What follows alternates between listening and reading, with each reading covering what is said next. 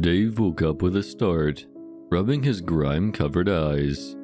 He stumbled to get up off of his sofa as he tried to locate the faint ringing noise that had taken him out of his drunken slumber. He remembered very little about the night before. He only seemed to remember the blaring music of the party he had thrown to celebrate his graduating from college. The stench of vomit and cheap beer filled the air of his dingy townhouse. As Dave stumbled drunkenly around his trashed living room, he noticed that the ringing he heard earlier had stopped.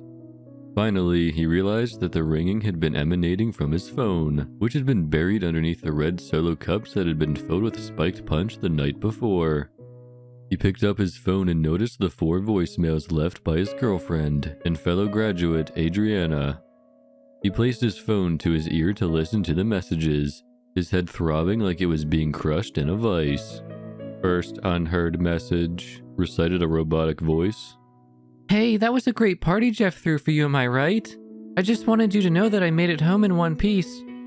It seemed you had way more fun than I did last night, considering you were passed out on the couch when I left with Bree.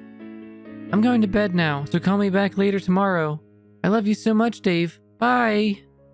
Memories of the night before started to flood back into his mind. He vaguely remembered his girlfriend leaving at around 1:15, 20 minutes before the first message. He walked over to the bathroom to grab some aspirin as the robotic voice announced the next message. "Hey Dave, is that you outside my house?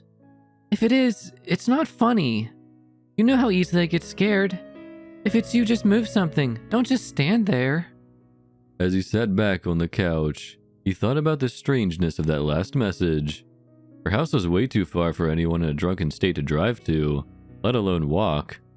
Dave lived about 15 minutes from campus, and Adriana lived with her cousin Bree about 40 minutes from campus, which made it impossible for someone who was in the state Dave was in to get to her place.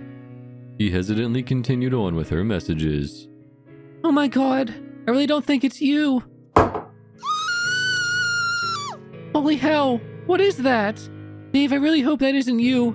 Whatever's outside my window just turned towards me. Please, Dave, call back. It has a mask, Dave. Before, when I thought it was you, it was facing the street, but now it's halfway up my lawn and it's looking straight at me. It's wearing a mask, Dave.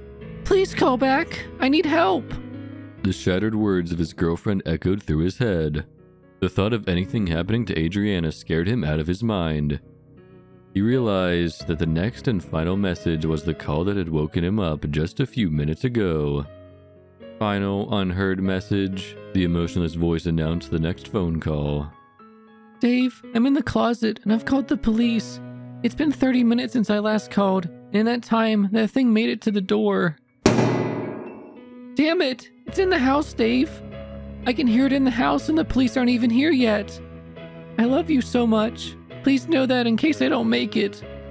At this point in the message, tears of horror made their way down Dave's face. "I can hear it in the room. It's just outside the..." Dave couldn't believe what he had just heard. As tears streamed down his face, he noticed someone was standing at the end of his driveway, facing the street.